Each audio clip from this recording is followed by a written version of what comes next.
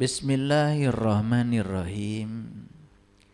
Assalamualaikum warahmatullahi wabarakatuh. Salam sejahtera untuk kita semua. Om Swastiastu, Namo Buddhaya, salam kebajikan, Sampurasun. Rahayu Sagung Dumadi. Semoga seluruh makhluk hidup di semesta ini, baik yang kelihatan maupun yang tidak kelihatan, di setiap ruang dan waktu, di semua tingkatan, senantiasa hidup berbahagia. Semoga kita semua terus menjadi manusia-manusia yang berkualitas pikirannya, berkualitas kata-katanya, berkualitas perilakunya, sehingga kita menjadi sumber cinta, sumber sukacita, sumber keberkahan bagi semua makhluk dimanapun mereka berada. Mari kita berterima kasih atas hadiah kehidupan yang Allah berikan kepada kita hari ini. Hari ini kita masih diberikan pinjaman kehidupan. Itu artinya napas yang keluar masih diizinkan masuk lagi. Pesan semestanya sederhana, artinya Allah masih akan menggunakan kita untuk menjadi kepanjangan tangannya. Masih akan menggunakan kita untuk menjadi wakilnya, menyampaikan cinta kasihnya pada seluruh makhluk di semesta ini. Oleh karena itu, mari kita puji Dia bersama-sama membaca hamdalah. Alhamdulillahi Rabbil Alamin. Mari kita awali kajian ini bersama-sama memohon ridho dan berkahnya, sekaligus memohon kecerdasan agar benih yang akan ditanamkan Allah pada kita di tempat ini hari ini bisa tumbuh subur di tempat yang tepat, sehingga ilmu ini menjadi ilmu yang bermanfaat, menjadi syafaat, menjadi penolong bagi kita semua. Buat apa banyak ilmu kalau ilmu itu hanya akan menjadi hijab antara kita dengan Allah? Buat apa banyak ilmu kalau ilmu itu hanya membuat kita jadi sombong, malah merendahkan pihak lain karena merasa diri kita sebagai orang yang berilmu. Semoga ilmu ini membawa kita pada kerendahan hati, menjadikan kita orang-orang yang selalu menebarkan rahmat bagi semesta. Oleh karena itu mari kita sapa asma Allah dengan kelembutan dan cinta seraya membaca basmalah. Bismillahirrahmanirrahim. Kesulitan itu ada apa tidak ada?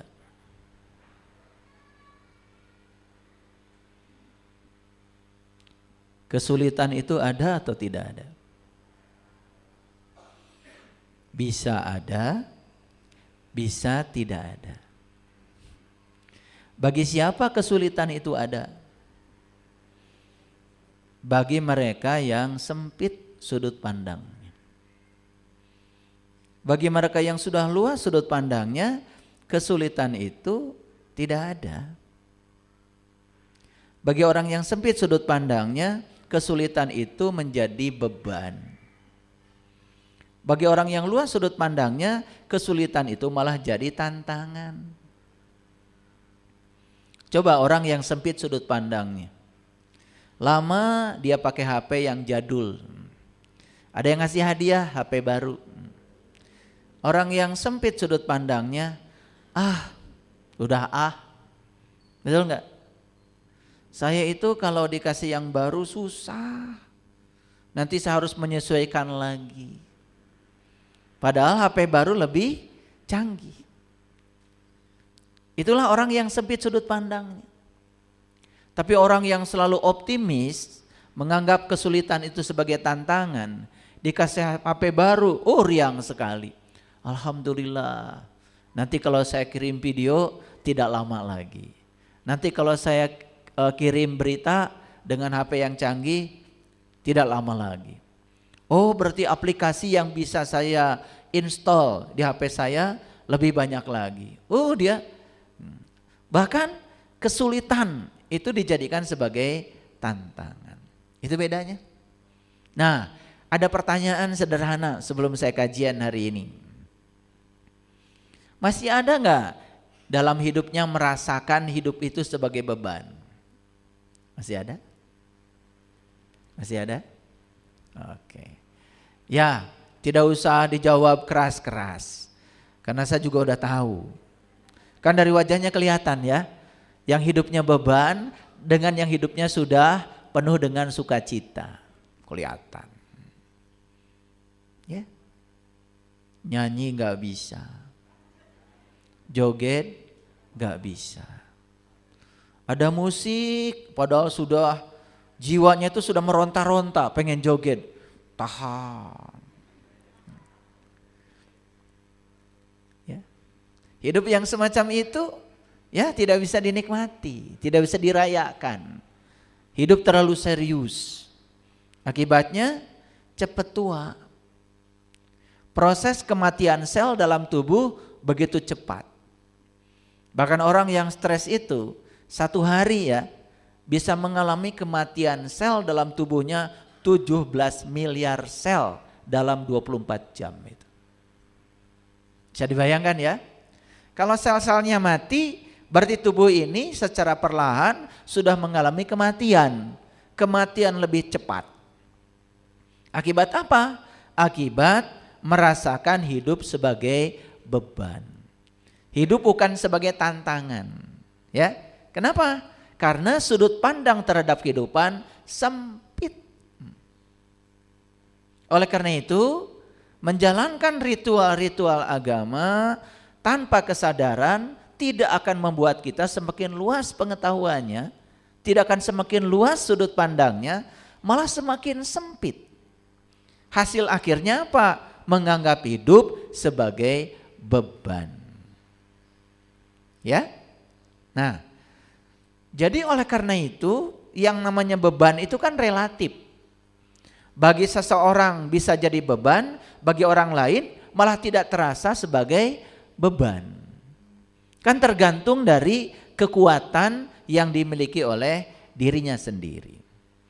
Jadi oleh karena itu, kenapa kita penting untuk meningkatkan kualitas pikiran, kualitas kata-kata, dan kualitas perbuatan kita, supaya hidup ini adalah perayaan. Supaya hidup ini bukan sebagai beban. Hidup ini sebagai tantangan untuk selalu meningkatkan kualitas diri. Sehingga puncaknya kehidupan tentu saja mendapatkan kemerdekaan. Ya, gitu. Kira-kira itu topik kita hari ini. Oleh karena itu, izinkan saya untuk membahas bagaimana caranya supaya kegelapan itu berevolusi menjadi cahaya. Saya tidak menyebut revolusi ya, tapi evolusi. Kalau evolusi berarti tahap demi tahap. Ya, jadi tidak perlu khawatir ketika kita berjalan lambat, yang penting terus-menerus berjalan. Ulangi ya, tidak perlu khawatir kita berjalan lambat, yang penting terus-menerus berjalan. Karena hidup itu seperti mengayuh sepeda. Kalau berhenti mengayuh, maka pasti akan jatuh. Ya. Saya sedang bikin sumur tuh di Jelekong. Sumur bor. Nah, Jelekong itu kan kawasan gunung batu. Begitu dibor 4 meter, langsung bilang tukang sumur, "Pak, aya batu." Saya cuma bilang, "Kan ini gunung batu."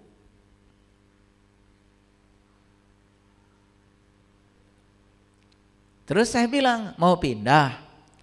Apa kalau pindah kamu punya jaminan di tempat baru itu tidak ada batu? Terang Pak.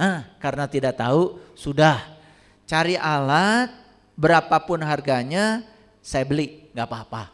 Sudah, langsung saja, teruskan saja.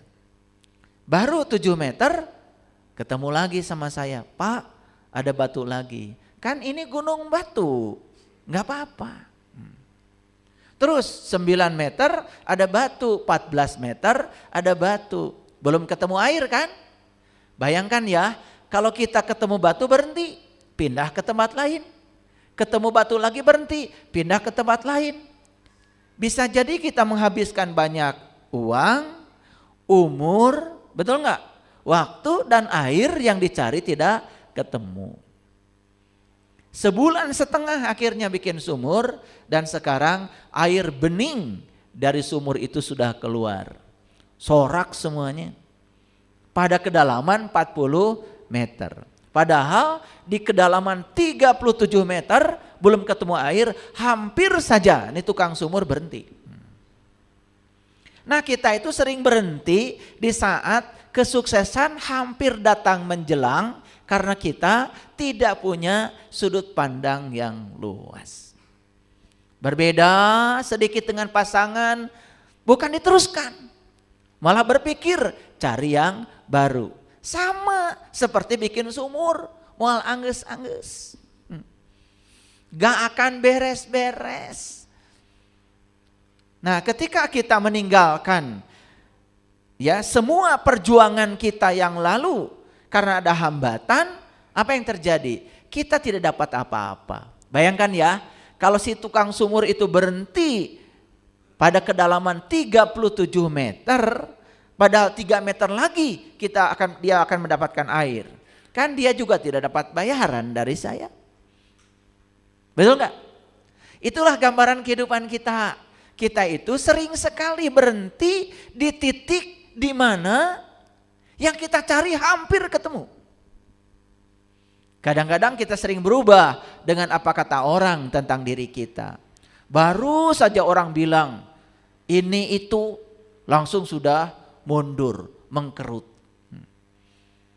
Kapan kita akan menjadi seorang pemberani kalau kita tidak berhadapan dengan situasi yang menakutkan? Karena keberanian itu hanya akan muncul kalau kita bisa melewati situasi yang menakutkan. Yang penakut selamanya akan penakut. Makanya saya sering mengatakan, hanya orang yang berani tersesat yang tidak akan tersesat dalam hidup ini.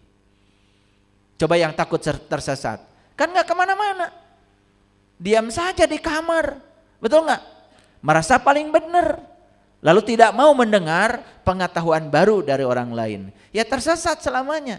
Coba kalau keluar dari kamar. Gak apa-apa tersesat. Kan bisa nanya orang. Betul gak? Yang penting keluar dari kamar. Tersesat itu hanya terjadi apabila kita keluar dari kamar. Betul gak? Kalau diam di kamar kan tidak pernah mengatakan kita tersesat. Tapi selamanya tersesat. Hanya yang berani tersesat yang tidak akan pernah tersesat. Itulah pentingnya keberanian. Ya, oke. Saya tahu ya, nggak usah ditanya. Jadi yang disebut dengan makanan, hati-hati. Bagi golongan darah A, makanan tertentu bisa jadi nutrisi. Bagi golongan darah B, makanan tertentu bisa jadi racun. Contohlah yang sederhana, susu. Bagus kan? Ternyata menurut riset, susu bagi golongan darah A itu bisa jadi racun. Kecuali difermentasi dulu, baru jadi nutrisi. Tapi bagi golongan darah O, susu diminum langsung, ternyata itu jadi nutrisi. Jadi tidak semua hal yang sama akan memberikan efek yang sama pada setiap orang. Karena setiap orang itu unik. Ya, tapi saya kasih pesan untuk yang sudah berkesadaran, kalau ada orang yang berkeluh kesah, curhat, jangan buru-buru dikatakan, Allah kamu yang gitu aja dicurhatkan. Jangan, saya lebih besar dari itu, malah kamu yang curhat pada orang itu. Betul nggak? Kan sebetulnya ketika kita bicara begitu kita jadi berbalik curhat. Ngeri nggak? Ada orang lain curhat, ingin menyampaikan keluh kesahnya, baru sebatas begitu langsung dipotong. Allah, itu mah nggak seberapa, saya juga. Malah dia yang curhat sama orang itu. Betul nggak? Jadi kalau berhadapan dengan situasi seperti itu, sudah jadi pendengar yang baik saja. Kalau dia merasa lega dengan curhatnya itu, sudah dengarkan saja. Karena apa? Setiap orang kan kapasitasnya berbeda. Bagi kita itu bukan masalah, bagi dia masalah, makanya curhat, kan begitu. Itu yang namanya kebijaksanaan. Makanya jangan suka motong pembicaraan orang. Itulah kita harus selalu waspada, luas pengetahuan, bijaksana dalam bersikap supaya kita menjadi sumber cinta bagi semua orang. Sehingga orang itu nyaman bertemu kita. Paham ya? Oke. Nah, bagi mereka yang apa saja menjadi beban, bukan menjadi tantangan, kan sebetulnya ya cuma 2 solusinya. Saya kasih solusinya 2. Ini yang masih beban hidupnya cuma 2. 1, miliki keyakinan. Keyakinan apa? Keyakinan bahwa segala sesuatu dalam hidup ini pasti berubah. Betul enggak? Makanya kan di Quran dikatakan, inna fi khalqis samawati wal ard wa ikhtilafil laili wan nahar la ayati liulil albab. Sesungguhnya dalam penciptaan langit dan bumi dan silih bergantinya siang dan malam terdapat pelajaran bagi ulil albab. Awas ya, pelajaran bagi ulil albab. Makanya kalau ingin menangkap pelajaran dari penciptaan langit dan bumi dan silih bergantinya siang dan malam, buru-buru jadi ulil albab sekarang. Tahu ulil albab? Ulil albab itu kata Allah, orang yang bisa mengingat Allah dalam keadaan berdiri, duduk dan berbaring. Berarti ulil albab itu adalah orang yang sudah tahu dan kenal kepada Allah. Bagaimana caranya supaya kita tahu dan kenal kepada Allah? Kenali dirimu. Karena kata Nabi, siapa yang kenal dirinya, maka dia akan kenal pada Tuhannya. Jadi sebetulnya selalu apapun masalah kita, apapun penderitaan kita dalam hidup, sumber utamanya adalah karena kita tidak kenal jati diri kita sendiri, itu masalahnya. Tapi itu diabaikan oleh kita. Ya. Jadi yang pertama untuk mengubah agar kegelapan menjadi cahaya, agar beban itu menjadi tantangan, maka kunci yang pertama adalah miliki keyakinan. Keyakinan apa? Keyakinan bahwa dalam hidup ini tidak ada yang abadi. Siang itu tidak abadi, akan berganti malam. Malam juga tidak abadi, akan berganti siang. Yang abadi adalah perubahan, yaitu siang dan malam. Kalau pikiran kita sudah mati nih, ya, tidak punya keyakinan itu, seakan-akan kita akan sengsara selamanya, ya sudah. Siapa yang bisa mengubah nasib kita kalau bukan diri kita sendiri? Yuk sekarang miliki keyakinan, ya, miliki keyakinan bahwa hidup tidak selamanya begitu, ya. Tetapi punya keyakinan itu saja tidak cukup. Tentu saja kita harus terus belajar. Yang kedua, nih solusi yang kedua apa? Berikan kebaikan sebanyak-banyaknya pada siapa? 1, berikan kebaikan sebanyak-banyaknya pada pikiran. Caranya apa? Perluas pengetahuan.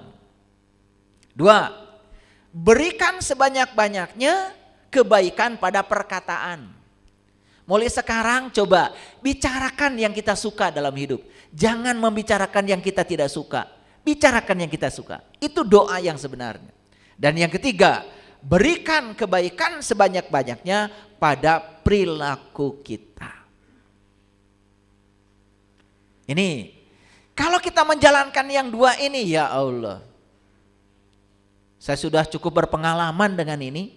Ya. Ternyata kegelapan pun secara perlahan akan berevolusi menjadi cahaya. Kan bagi orang kreatif, betul?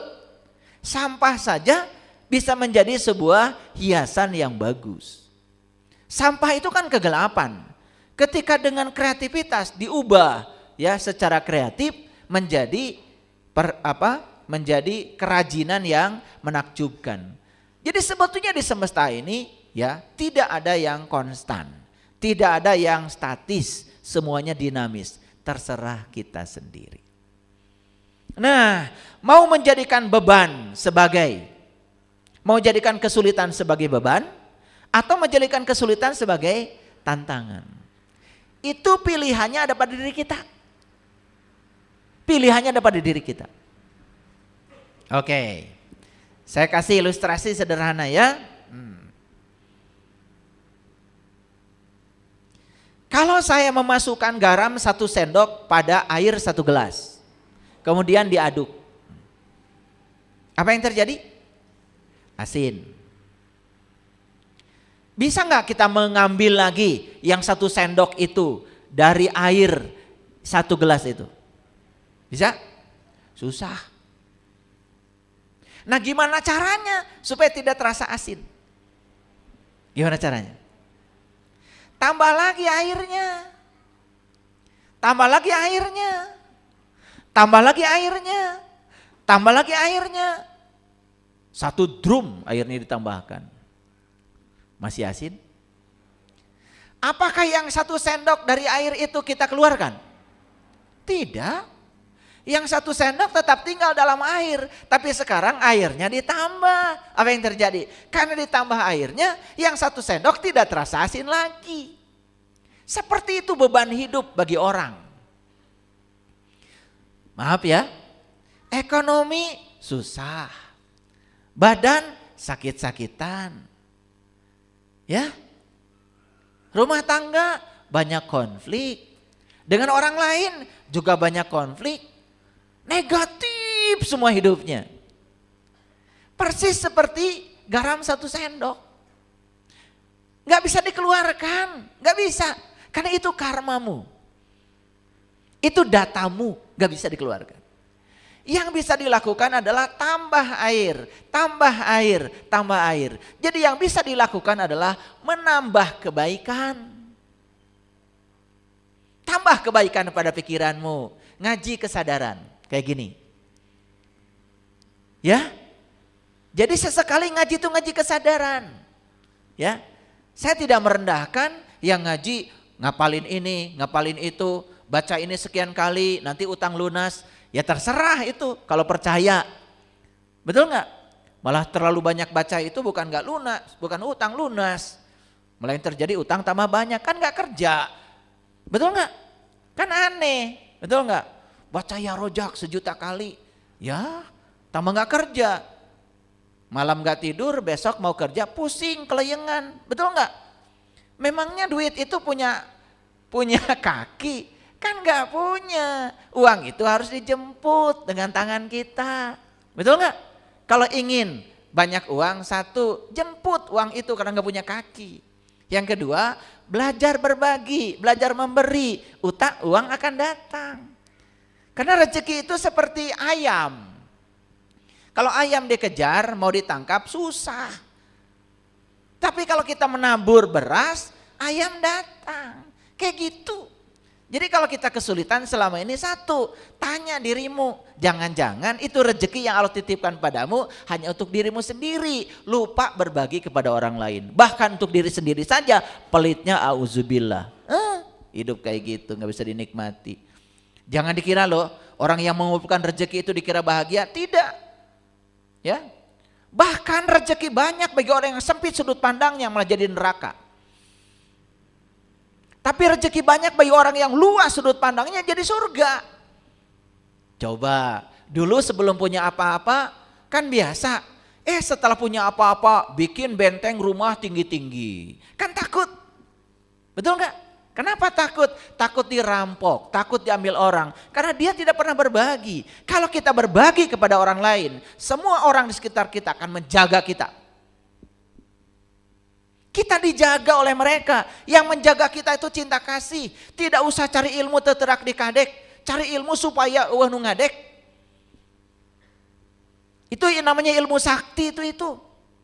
Jadi kesaktian itu adalah kebaikan kita. Karena kebaikan yang akan menjaga kita. Gak usah pakai pengawal. Gak usah pakai ngiung-ngiung. Gak usah. Gak usah. Semua orang di semesta ini sama pentingnya kok. Sama pentingnya. Jangan merendahkan orang. Jangan karena kita jabatannya tinggi merasa lebih penting dari orang lain. Gak ada pejabat kalau gak ada rakyat. Pagi-pagi semua orang juga sama ingin ke kantor. Sama pentingnya. Yang ke pasar sama pentingnya walaupun jualan. Bahkan bagi saya, orang yang tidak baik pun dibutuhkan oleh semesta ini. Betul nggak? Bagaimana kita bisa menjadi orang baik kalau tidak ada mereka? Bukankah kelihatan kita sebagai orang baik ketika kita bisa baik pada mereka? Kalau merekanya tidak ada, kita pun tidak bisa menguji seberapa baik kita. Betul atau tidak? Maka terima semua orang itu apa adanya. Jangan merasa diri lebih penting dari orang lain.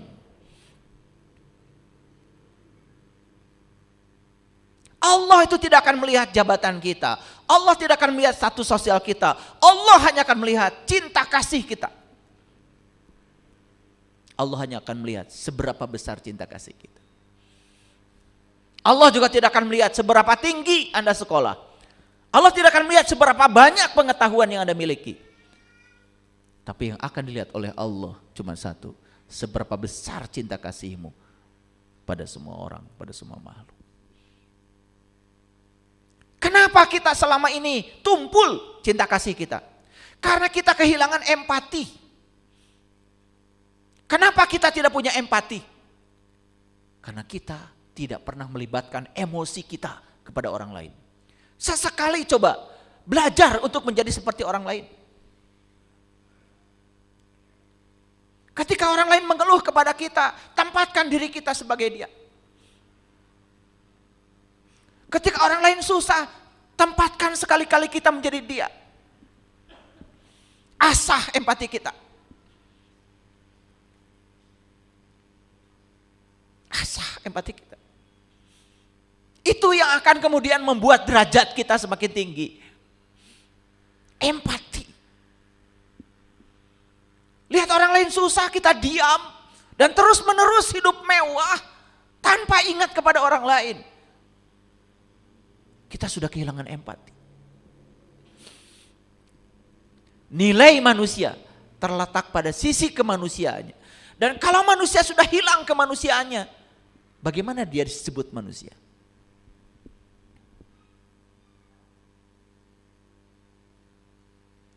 Bahkan berani merendahkan orang lain, berani menghina orang lain, mencaci maki orang lain. Ya Allah, HP ini hadirin terlalu sering digunakan untuk menghujat, rusak HP-nya. Kalau enggak jatuh. Jadi kalau lihat HP enggak mulus, itu jangan-jangan HP-nya terlalu banyak dipakai untuk menebarkan energi negatif itu. Ini hukum alam. Makanya kalau lihat orang perilakunya seperti apa, lihat aja sekarang HP-nya. Bonyok-bonyok HP-nya, itu pasti ada masalah. Saya ngomong benar loh, serius ini. Karena saya mengamati. Apapun barang, kalau dijaga dengan cinta kasih, dia tidak akan rusak. Sama seperti tubuh kita. Kalau dijaga dengan cinta kasih, kasih makanan yang layak buat tubuh ini. Kasih nutrisi yang bagus buat tubuh ini. Kasih pikiran yang bagus buat pikiran ini. Tubuh ini tidak akan sakit. Dia akan melayani kita. Jadi kalau tubuh sakit, berarti tubuh ini terlalu sering dipakai untuk melakukan sesuatu yang di luar kesenangan sang pemilik tubuh ini. Paham ya? Paham? Oke. Jadi terserah kita. Apakah kesulitan itu menjadi beban? Apakah kesulitan itu akan menjadi tantangan? Semua terserah kita.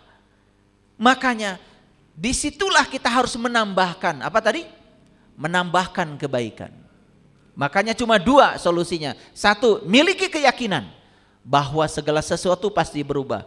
2, miliki semangat untuk menambah kebaikan. Pada apa? 1 pada pikiran, 2 pada kata-kata, 3 pada perbuatan. Tambahkan sekarang kebaikan. Percaya deh sama saya. Sebesar apapun beban itu akan hilang dengan sendirinya. Sebesar apapun beban itu akan hilang dengan sendirinya.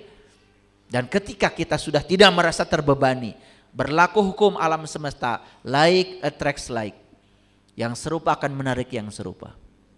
Nih, jualan kok kusut terus, ya, modal ditipu terus. Sederhana sebetulnya, karena kitanya masih kusut, ya, masih memandang kehidupan sebagai beban, bukan kehidupan sebagai tantangan. Clear sampai sini? Nah, kira-kira itulah judul kita hari ini. Kita akan belajar mengubah kegelapan menjadi cahaya.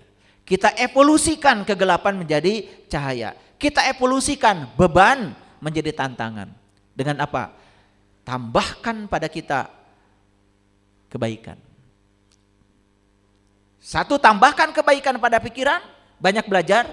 2, tambahkan kebaikan pada kata-kata, jaga mulut kita. 3, tambahkan kebaikan pada perilaku kita. Tambahkan.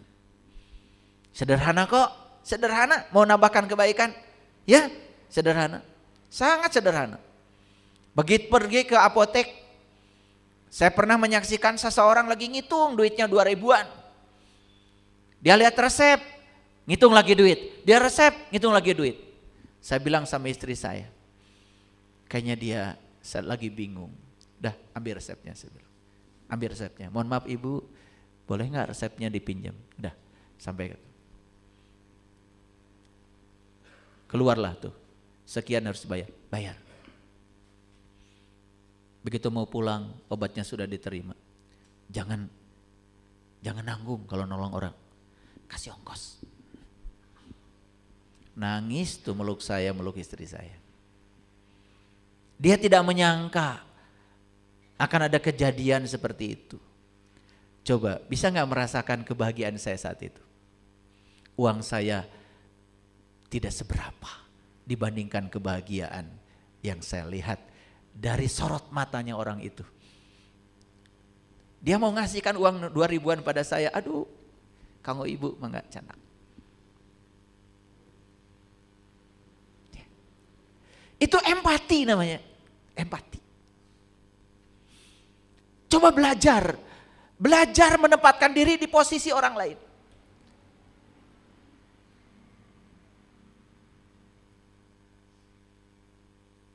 Itu hadir. Belajar. Asah diri ini, asah. Kalau kita dapat berkah, rezeki berlimpah, hati-hati, bukan untukmu. Itu titipan dari Allah, titipan.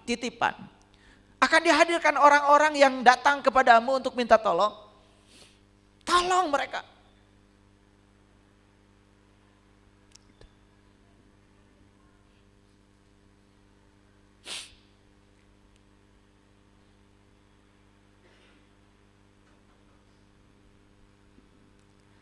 Jadi semua manusia itu sesungguhnya mewarisi benih cahaya. Namun benih itu ada yang jatuh di pinggir jalan, ada yang jatuh di bebatuan, ada yang jatuh di semak belukar, ada juga yang jatuh di tanah yang subur. Jadi kita ini sebetulnya datang ke semesta ini dikasih benih, diwarisi benih, namanya benih cinta kasih. Semua kita ini dikasih benih cahaya. Kenapa?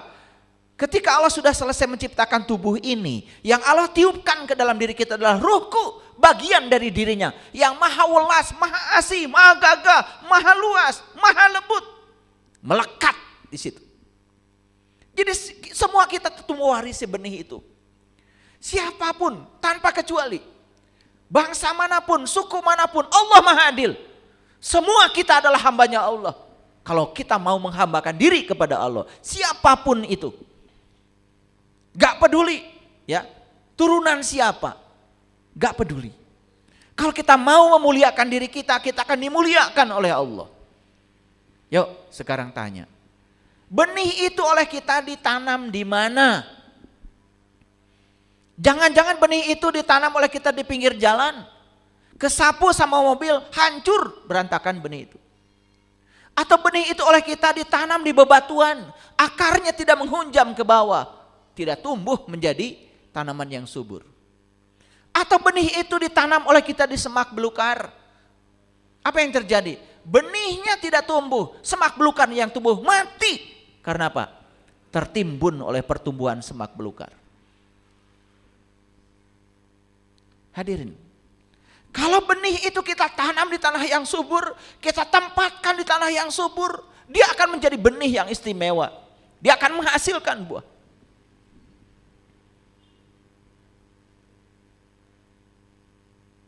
Ada yang pernah menanam pohon di sini?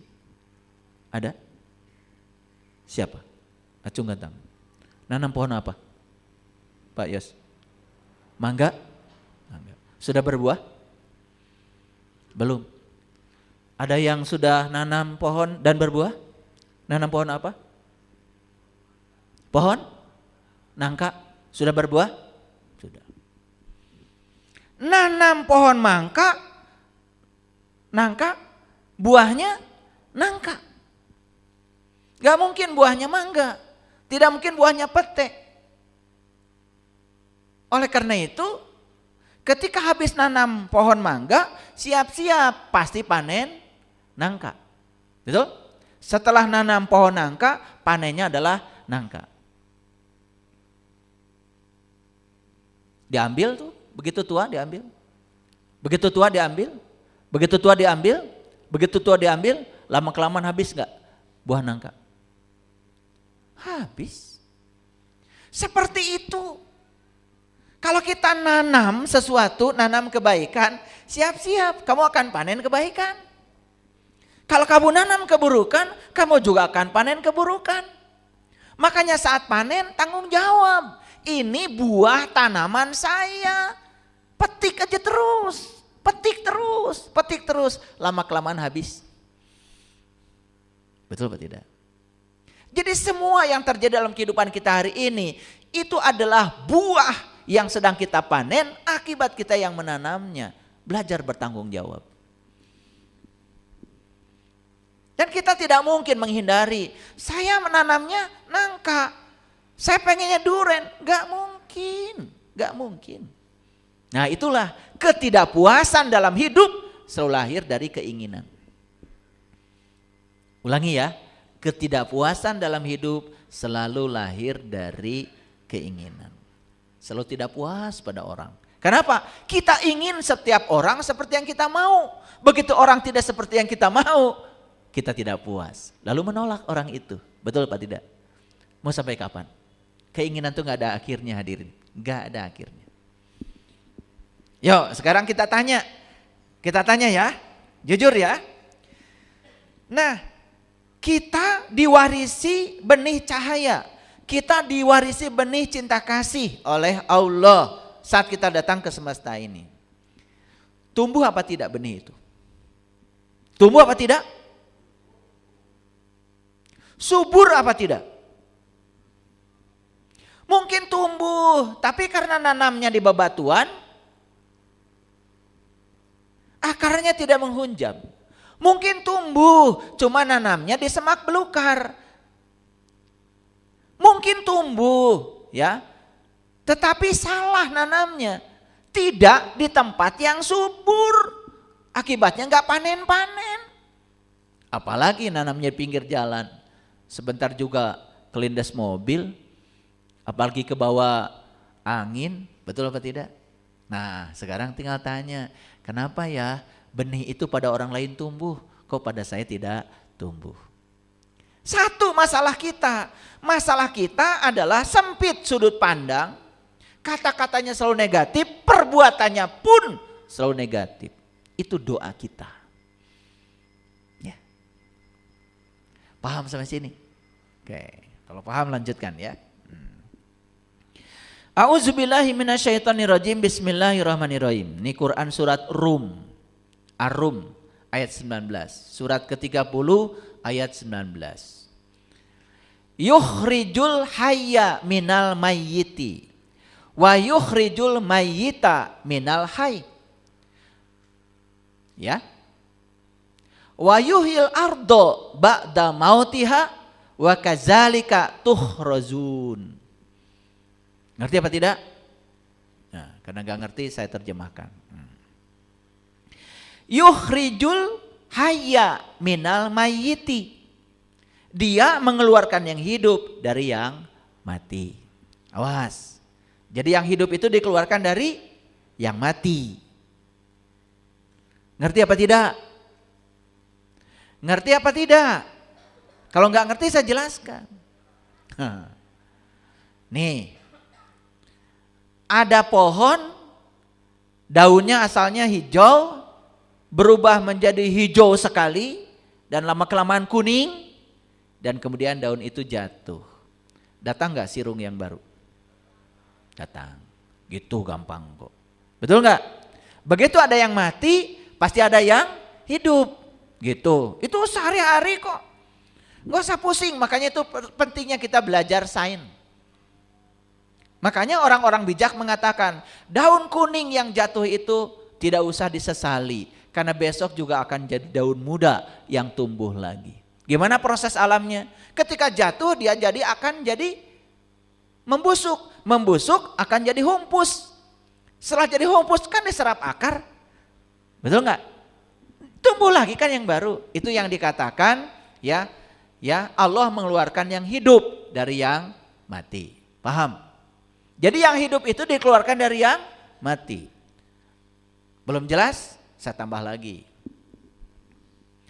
Banyak Kak di bumi ini yang sudah mati ribuan tahun yang lalu? Jutaan tahun yang lalu? Ya, kemana mereka tubuhnya? Kan menyatu dengan bumi. Betul? Betul? Kan di tanah yang kita tanam itu, kita nanam singkong, nanam jagung, nanam padi.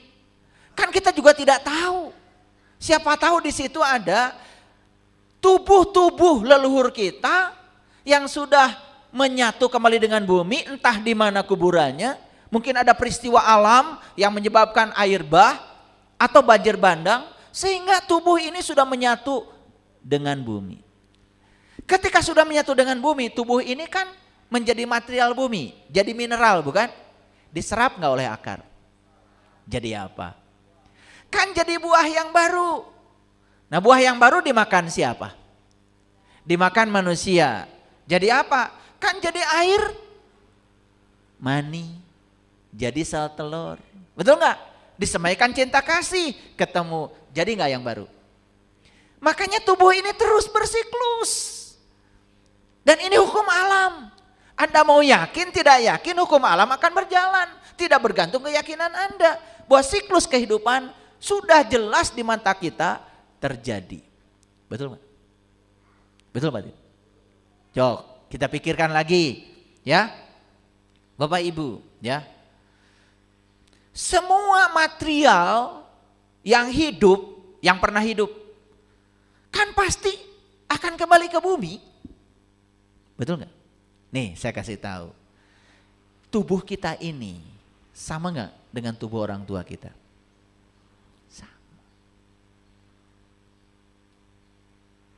Kan tubuh ini satu sel dari ayah, satu sel dari ibu.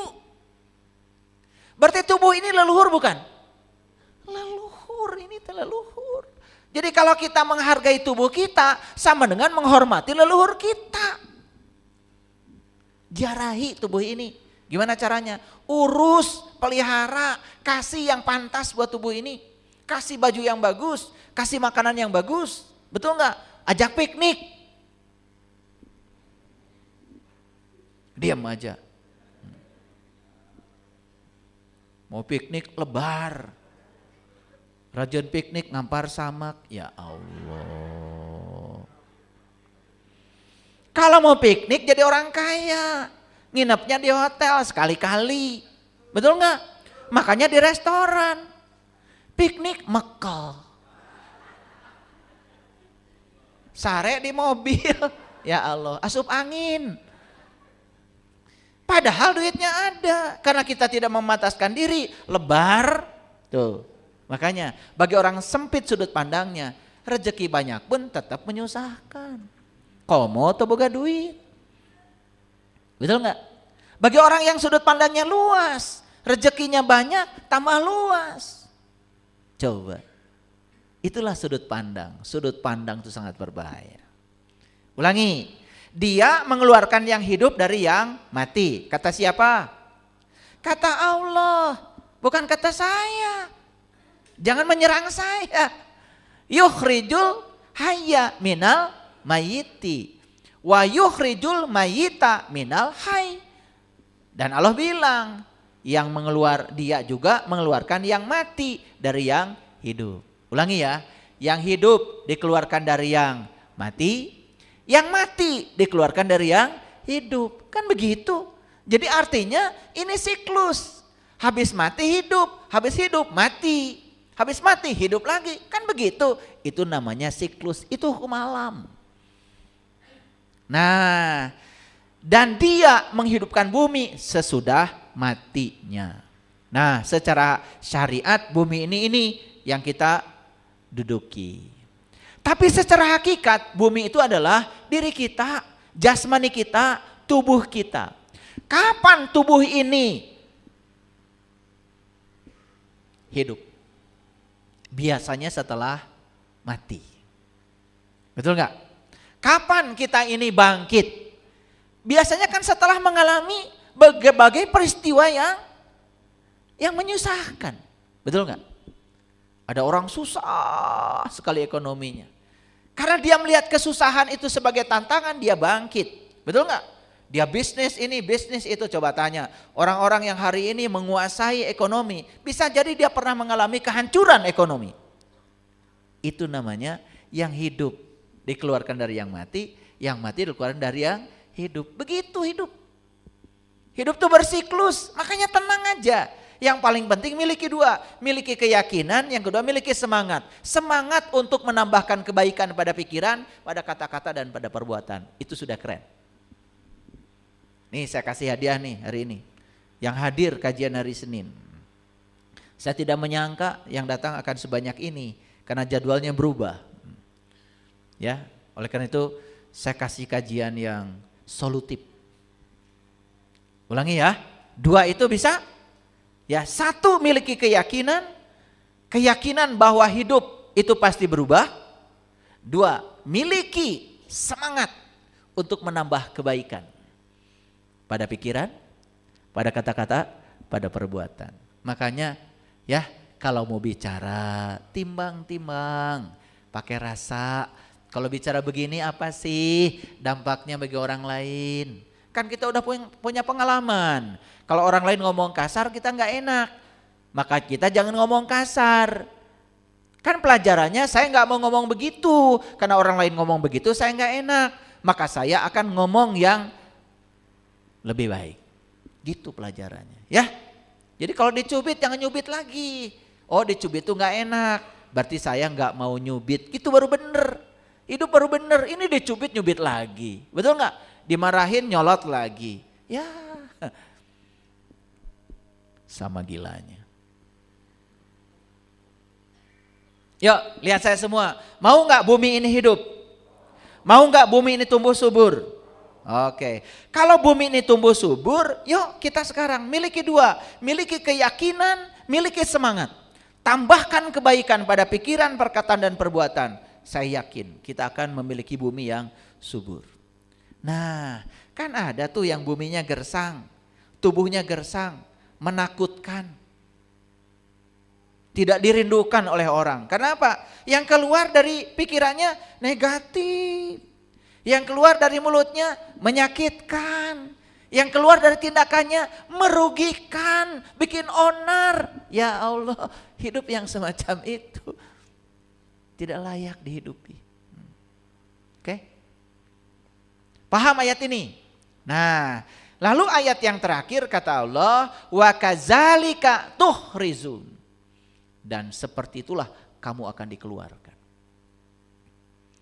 Jadi Allah akan mengeluarkan kita, ya. Ketika kita mati akan dikeluarkan menjadi hidup, ketika hidup akan dikeluarkan menjadi mati. Betul nggak?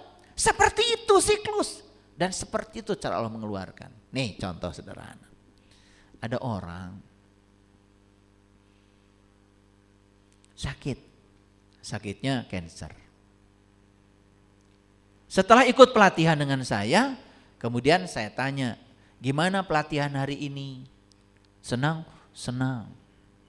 Gimana kesadaranmu hari ini? Saya sekarang merasa semua beban lepas di kepala saya. Gitu. Oke. Tapi yang terakhir saya tanya lagi, apa yang mengantarkan kamu ke sini? Bingung kan? Masih dicari jawabannya. Udah mikir lama baru terjawab. Oh, yang mengantarkan saya ke tempat ini ternyata sakit saya. Bukankah sakit yang mengantarkan kamu ke tempat ini? Bukankah sakit yang membuat kamu jadi berkesadaran hari ini? Itulah, setelah bumi ini dibuat mati, maka akan dihidupkan. Kalau kita sadar. Karena semua kebangkitan selalu berasal dari keterpurukan. Itu yang disebut dengan mengevolusikan kegelapan menjadi cahaya. Paham ya? Oleh karena itu, gak usah risau kalau hari ini kita banyak kesulitan. Yang paling penting, jangan dianggap kesulitan sebagai beban. Lihat kesulitan sebagai tantangan. Supaya kita tambah pintar, tambah arif, tambah bijaksana, tambah luas sudut pandangnya. Karena dengan cara itu Allah mendidik kita. Clear sekarang? Yuk sekarang jangan serakah pada yang kita ingin. Jangan menolak yang tidak kita ingin. Dua-duanya bagus bagi kita kalau kita bisa mengolahnya dengan sudut pandang yang tepat. Sampai sini paham? Paham apa tidak? Kalau enggak paham acungkan tangan boleh. Kalau enggak ngerti saya ulang sampai ngerti. Keluar dari sini kesadaran kita harus berubah. Stop serakah pada yang diinginkan. Stop menolak yang tidak diinginkan. Terima dua-duanya dengan cara yang sama. Wajah kita akan bersinar. Cantik dari dalam, ganteng dari dalam. Nah, baru kelihatan tuh. Ya. Oke. Ngerti ya itu surat Ar-Rum tadi ya? Catat tuh Ar-Rum ayat 19. Kalau nggak percaya buka lagi nanti di rumah, ya. Jadi ternyata yang hidup dikeluarkan dari yang mati dikeluarkan dari yang hidup, seperti itu. Nah, kita buktikan sekarang. Siapa yang melahirkan kebenaran? Kesalahan bukan? Betul enggak? Betul enggak? Iya, kebenaran itu dihasilkan oleh kesalahan. Lampu ini tidak akan ada kalau Thomas Alva Edison tidak melakukan kesalahan sebanyak 999 kali. Maka dia tidak mengatakan gagal. Saya cuma melakukan metode yang salah. Justru metode yang benar ditemukan setelah melakukan metode yang salah. Makanya jangan suka menyalahkan. Bisa jadi kesalahan yang melahirkan kebenaran. Paham ya? Kesalahan anggap saja kegelapan. Ternyata justru yang menghasilkan cahaya bisa jadilah kegelapan. Pernah dengar gak? Ada orang jahat, ujung-ujungnya husnul khotimah, jadi santri. Pernah dengar kan? Iya. Dia melewati kegelapan dulu. Lalu karena bosan di kegelapan kan mendapatkan cahaya. Makanya pepatahnya R.A. Kartini itu bukan habis gelap terbitlah terang. Bukan. Terjemahannya keliru. Saya pernah tanya ahli bahasa yang mengerti bahasa Belanda. Ternyata yang benar itu adalah menyusuri kegelapan untuk mendapatkan terang.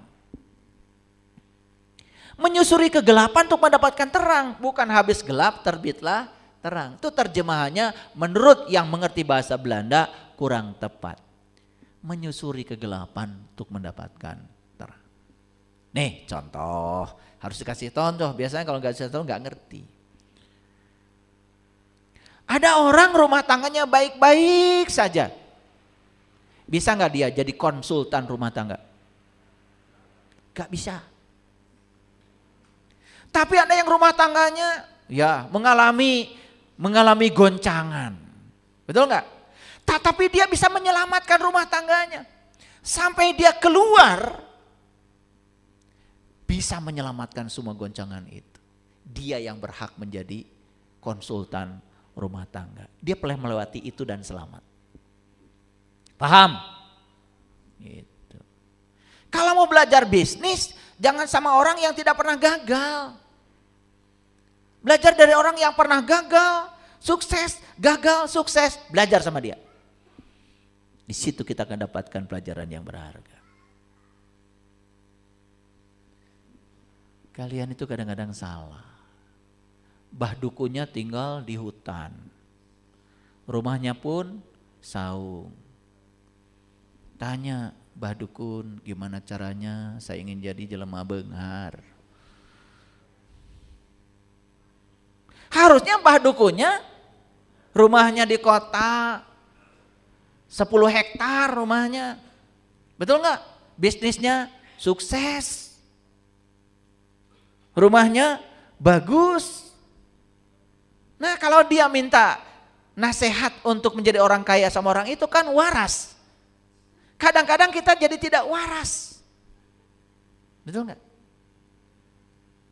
Ini ngerti apa tidak? Saya dulu pernah punya mobil, mobilnya bekas terus. Dia pergi sama anak istri saya mogok.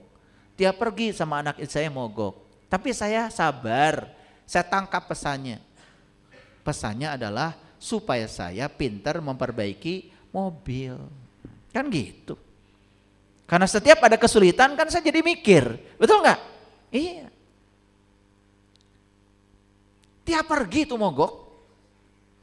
Saya punya hardtop dulu, hardtop zaman lama. Ya. Lagi nanyak di nagrek, mogok. Ya Allah, udah tenang aja. Dioprek semua sampai jalan lagi. Saya jadi pinter, lama-kelamaan saya punya bengkel. Oh Allah mau nyuruh saya punya bengkel. Maka saya beli mobilnya bekas terus. Gitu. Setelah selesai fase itu gak ada lagi tuh. Saya gak beli lagi mobil mogok itu. Sekarang dikasih mobilnya baru terus karena tugas saya udah berbeda. Kan sederhana, gak ada yang buruk, betul gak? Makanya saya di perguruan tinggi ngajar termodinamika engineering, ngajar mata kuliah termodinamika. Bagaimana mengubah solar menjadi usaha, bagaimana mengubah bensin menjadi usaha, itu kuliahnya. Bagaimana meningkatkan efisiensi mesin, itu kuliahnya. Karena saya sudah ngalami, jadi cerita tuh nyata. Paham maksud saya? Nih, yang rumah tangganya sedang kisruh, tenang. Siapa tahu nanti mau jadi konsultan rumah tangga. Rek dibeungharkeun tah. Da loba nu pabaliut rumah tanggana, betul? Makanya untuk menjadi pembahagia syaratnya satu, harus melewati jalan-jalan ketidakbahagiaan. Ulangi, takut nggak ngerti. Untuk menjadi pembahagia harus melewati jalan-jalan ketidakbahagiaan. Rek kumaha ngomean batur lamun can ngalaman. Maka teori gitu mau laku. Karena di Quran jelas orang beriman itu tidak boleh mengatakan sesuatu yang tidak dialami, tidak dirasakan, tidak dipahami. Jadi semua pengalaman itu hanya cara semesta untuk mencetak kita menjadi siapa. Paham sampai sini? Ini kan mengubah kegelapan menjadi cahaya judulnya. Ternyata semua kegelapan segelap apapun berevolusi menjadi cahaya. Yo, kesedihan betul nggak yang melahirkan kegembiraan? Betul nggak? Iraha gembira. Mun geus sedih. Betul nggak? Oke. Kegagalan melahirkan keberhasilan. Setuju? Jadi jangan menganggap remeh pada masa lalu kita. Masa lalu seburuk apapun itu yang telah berjasa mengantarkan kita ke masa kini.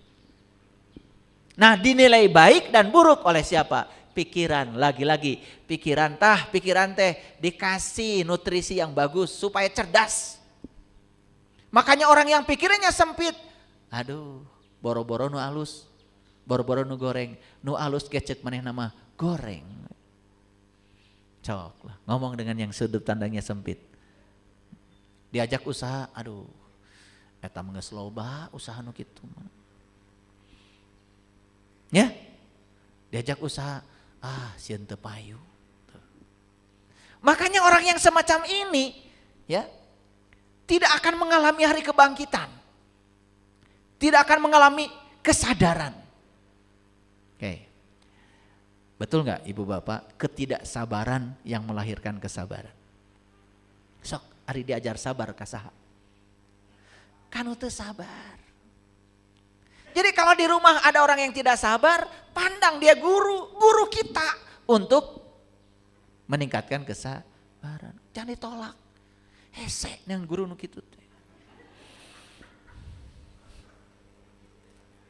Nah karena salah menempatkan dianggap sebagai musuh. Betul nggak?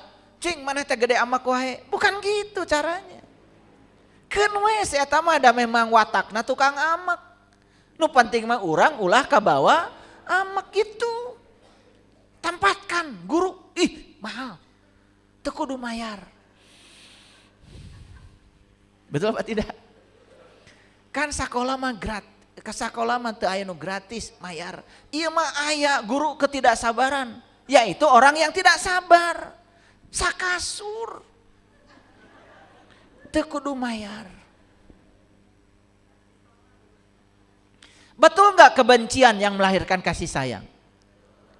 Ibu bapak, kalau kita bager, baik sama orang yang baik sama kita, eta mah biasa, teu kudu dibahas. Makanya cerita Nabi Muhammad itu cinta kasihnya luar biasa, selalu dikaitkan dengan orang yang memusuhinya. Betul nggak?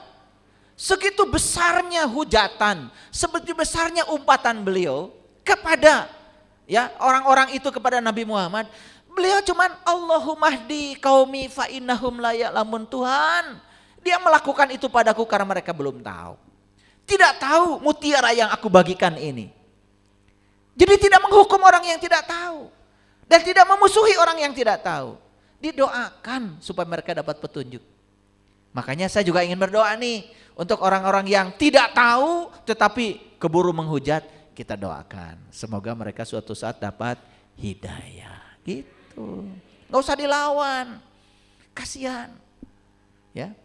Kalau orang bodoh itu cuma satu. Diterima. Kasihan belum pernah pintar. Nah kalau yang pintar kan pernah bodoh. Betul apa tidak? Ya, makanya tidak usah melayani orang-orang yang pikirannya jelek. Capek. Dah, tegak lurus saja di jalan kita. Selama kita niatnya bagus, selama didasari cinta kasih, menebarkan cinta kasih, ulas asih pada semesta, yuk jalan. Gak usah takut. Ya. Yang enak akan ditinggalkan dalam hidup, yang tidak enak akan ditinggalkan. Yang dibawa adalah pesan yang kita tangkap dari yang enak maupun yang tidak enak. Nah itu kebijaksanaan tuh di situ.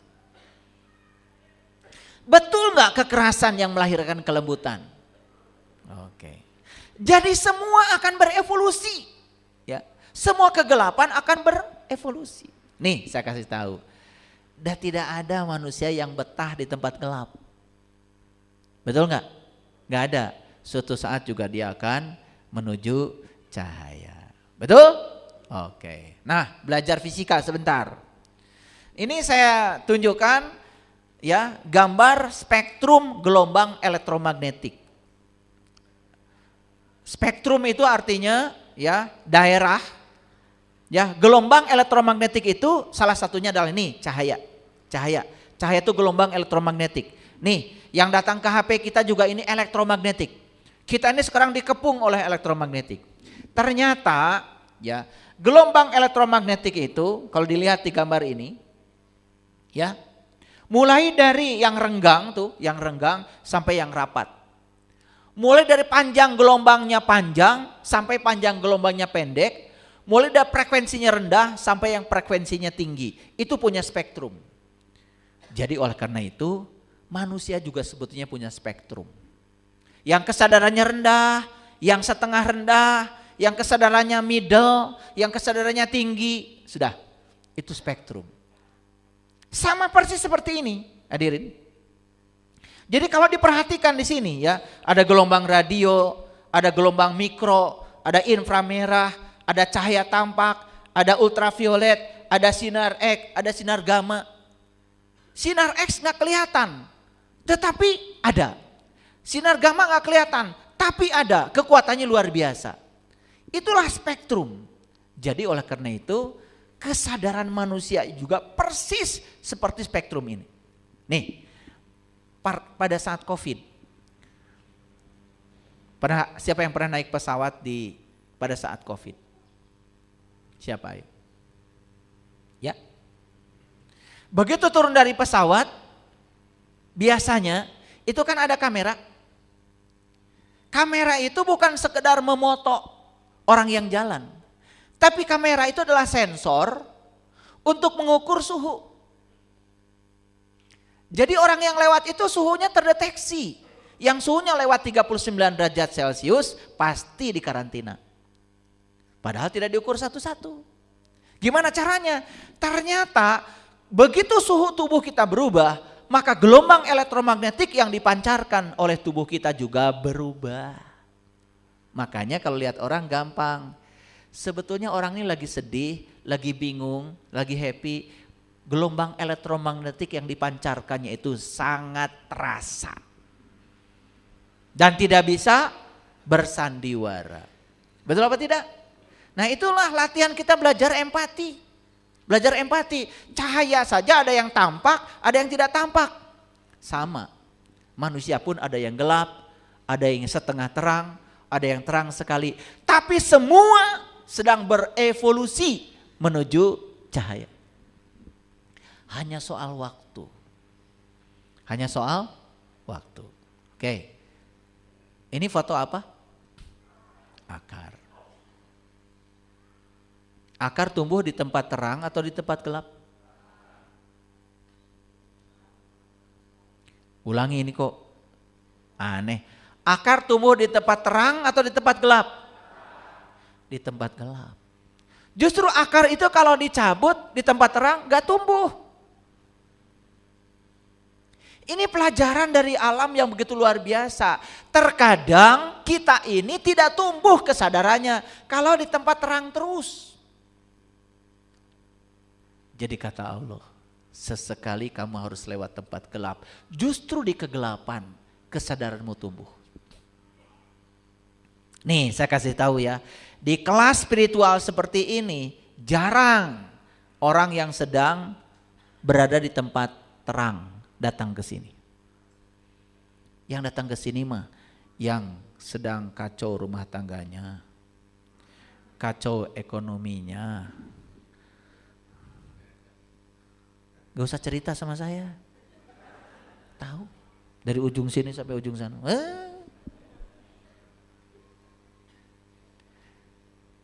Kenapa? Karena sadar sedang di tempat gelap, maka cari lilin kecil supaya bisa ke tempat terang itu. Makanya guru spiritual kayak saya ini nasibnya persis kayak dokter. Baru diingat kalau sakit. Iya. Makanya ada yang bilang sama saya, ayah lagi ngebangun. Iya. Perlu dana banyak ya? Iya. Saya sedang membangun peradaban. Coba ya ketemu ayah tuh dulu waktu saya sedang jaya-jayanya. Moal panggil jeung urang mana? Geus tong ngalamun. Yang mengantarkan kamu ke saya itu karena kamu bangkrut.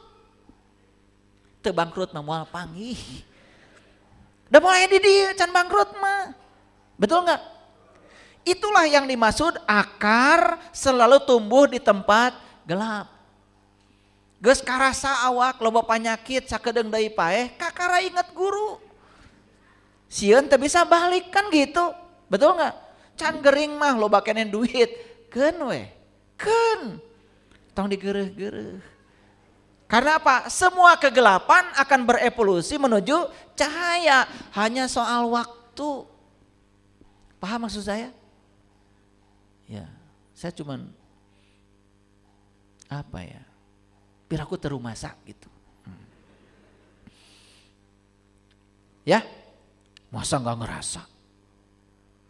Betul gak? Iya. Makanya akar selalu tumbuh di tempat gelap. Makanya jangan melawan kegelapan. Gelap itu mitranya cahaya. Jangan dilawan. Ya. Nah, orang belajar spiritual itu sebetulnya begitu. Lihat ini. Foto apa ini? Foto alam semesta.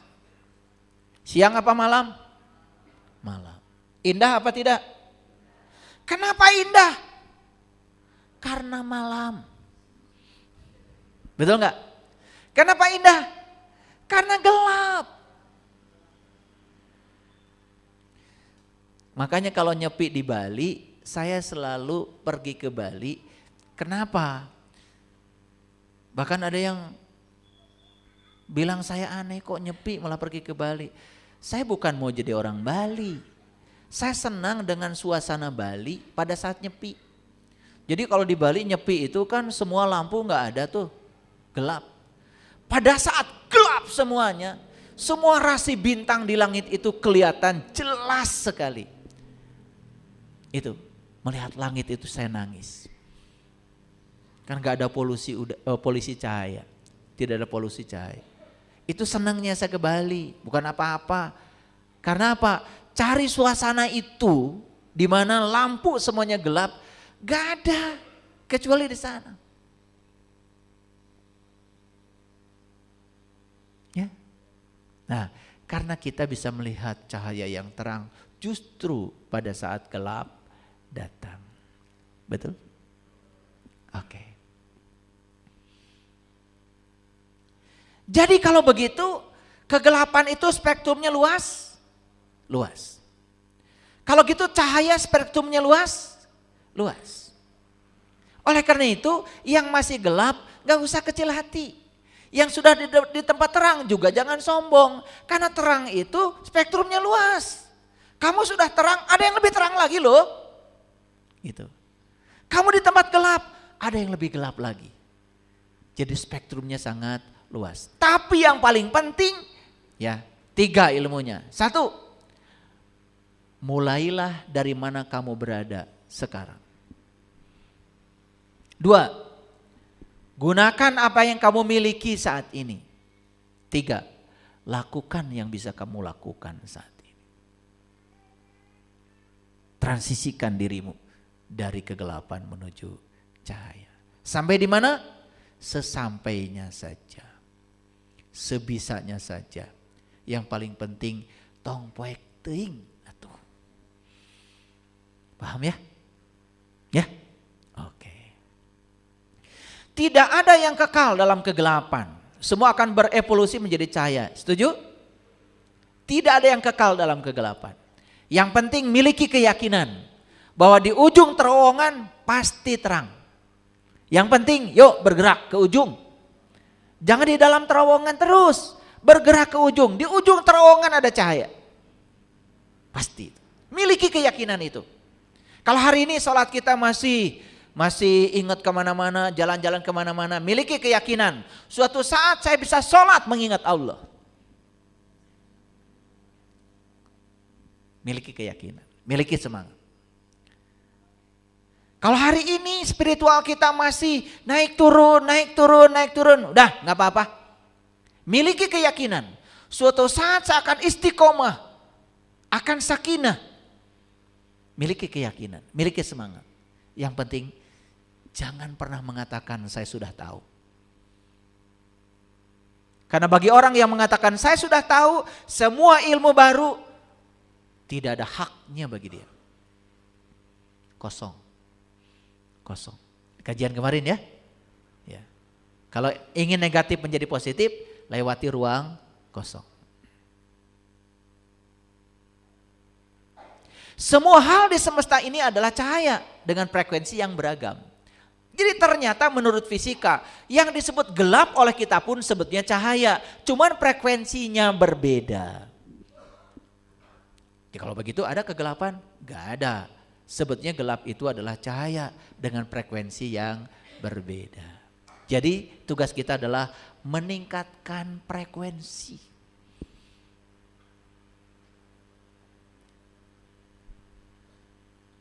Semua yang ada di neraka pada saatnya akan masuk surga. Kan begitu keyakinan kita. Betul nggak? Neraka itu tidak abadi. Karena semua yang di neraka katanya akan masuk ke surga. Piraku atau betah wae didinya. Betul nggak? Tapi surga juga kan macam-macam. Neraka juga spektrumnya luas. Surga juga spektrumnya luas. Betul? Iya, ada ampernya. Betul nggak? Gitu. Ya terserah kita, itu pilihan kita. Kita mau dipantaskan di mana? Silahkan. Sebetulnya Allah sudah membuka keran seluas-luasnya untuk semua orang tanpa batas. Mulai mengerti sekarang? Oke. Jadi hanya di dalam kegelapan kita dapat melihat bintang-bintang. Setuju? Setuju? Oke. Oleh karena itu jangan melawan gelap. Berhenti mengutuki kegelapan. Daripada mengutuk kegelapan, lebih bagus nyalakan lilin kita. Yuk, sekarang.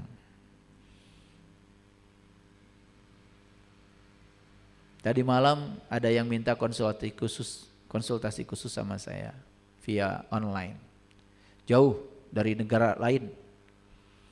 Minta waktu 1 jam untuk bicara dengan saya. Apa yang dibicarakan? Persoalannya itu kecil. Itu persoalan ego.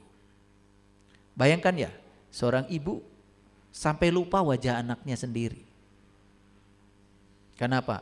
Karena menganggap anak itu berlawanan dengan keinginan ibunya. Dia minta solusi sama saya. Solusinya sederhana. Mulai tadi malam WA. Apa kabar? Semoga kamu baik-baik. Semoga cucu saya sehat, damai, bahagia. Pagi-pagi tadi sudah WA lagi. Gak dijawab sama anak, gak apa-apa. Terus aja WA. Apa hasilnya? Siang ini sudah ada hasilnya. Ternyata tidak ada kebencian yang abadi. Kalau dilawan dengan cinta, kebencian musnah, hancur. Tidak ada kegelapan yang abadi. Kalau dilawan dengan hadirnya cahaya, sirna kegelapan. Jadi pendekatannya selama ini sama-sama egonya. Anak tidak sadar sebagai anak, ibu tidak sadar sebagai ibu. Maka saya bilang, satu pesan saya, jangan sampai keluar dari mulutmu kata-kata kutukan pada anak. Karena anak itu adalah dirimu. Tubuh anak adalah tubuhmu. Dan anak melakukan itu, siapa tahu itu adalah warisan dari dirimu sendiri. Anak itu tidak tahu apa-apa dulu. Dia melihat apa yang dilihatnya. Jangan-jangan kita pernah marah pada orang dilihat anak. Jangan-jangan kita pernah menghujat orang dilihat anak. Itu semua ditiru sama anak. Jadi kalau anak kita hari ini seperti itu, lihat itu adalah potret dari dirimu sendiri. Jangan salahkan mereka. Itu pesan saya. Diomelin sama saya semalam sejam, sembuh. Jadi sebetulnya kita nggak sadar selama ini. Kita ingin mengubah orang dengan cara keluar dari diri kita sendiri. Kalau ingin mengubah orang, ubah dirimu. Nih saya kasih tahu ya. Kalau kalian ingin mengubah keluarga lebih baik, ubah dirimu. Jangan ubah pasanganmu, jangan ubah anak-anakmu, ubah dirimu. Kalau selama ini tidak ada pelukan pada anak, peluk. Maaf. Saya anak yang sudah menikah pun yang paling besar. Kalau ketemu saya pasti pelukan. Bukan hanya cium, kiri-kiri, dia peluk dan saya peluk. Dengan begitu mereka merasakan kita ada, kedamaian, cinta kasih kita. Tidak ada kebencian yang abadi kecuali kalau kita melawan kebencian itu dengan kebencian. Kalau kita hadirkan cahaya, hadirkan cinta, gak ada yang batu sekeras apapun. Kalau terus menerus didatangkan air walaupun satu tetes, lama kelamaan hancur itu batu. Pendekatan kita yang harus diubah. Kegelapan bukan hukuman. Ia adalah kerinduan jiwa di dalam untuk segera menemukan cahaya. Jadi kalau hari ini ada konflik, sebut saja kegelapan, konflik keluarga, masalah ekonomi, dan lain sebagainya, bentuk-bentuk kegelapan lain. Saya kasih tahu, itu bukan musibah, itu bukan hukuman, karena Allah tidak pernah menghukum. Itu hanya isyarat bahwa jiwa kita rindu untuk menemukan cahaya. Jiwa kita rindu untuk menemukan cahaya. Cuman kita nggak ngerti-ngerti. Apa yang kita lakukan? Mengeluh dan mengeluh, nggak akan selesai. Keluhan hanya akan memperdalam masalah kita. Jadi, supaya cahaya bersinar terang, kegelapan harus ada?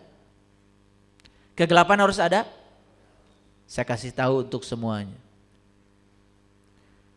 Kejahatan di dunia ini tidak akan pernah sirna. Tugas kita bukan melenyapkan kejahatan, mengurangi kejahatan. Karena kejahatan itu harus ada. Kegelapan itu harus ada. Tidak ada orang sabar kalau tidak ada orang yang tidak sabar. Tidak ada orang baik kalau tidak ada orang buruk. Bayangkan, kalau semua orang di dunia ini sabar, maka semesta akan kehilangan keseimbangannya. Di perempatan macet. Mangga tipayun. Mangga tipayun. Tuh, sabar sadayana. Betul apa tidak? Ya udah, nikmati aja semua yang ada sebagai kesempurnaan. Kesempurnaan bukan terletak pada objeknya. Kesempurnaan terletak pada cara kita memandang sesuatu dengan sempurna. Itulah kesempurnaan. Paham ya? Kalau semua orang di semesta ini jadi orang beriman, semesta juga akan kehilangan keseimbangannya. Maka Allah tidak melakukannya. Dan Allah mengatakan, kalau aku mau, aku jadikan semua orang beriman. Itu hal yang mudah bagiku. Jadi seperti inilah kehidupan. Inilah kesempurnaan. Yuk, kalau semua orang jadi orang kaya susah enggak? Susah enggak? Ya, siapa yang mau nembok? Jadi orang kaya bikin gedung 10 lantai, nembok sorangan. Betul enggak? Betul? Oke. Ya, jangan melawan hukum alam.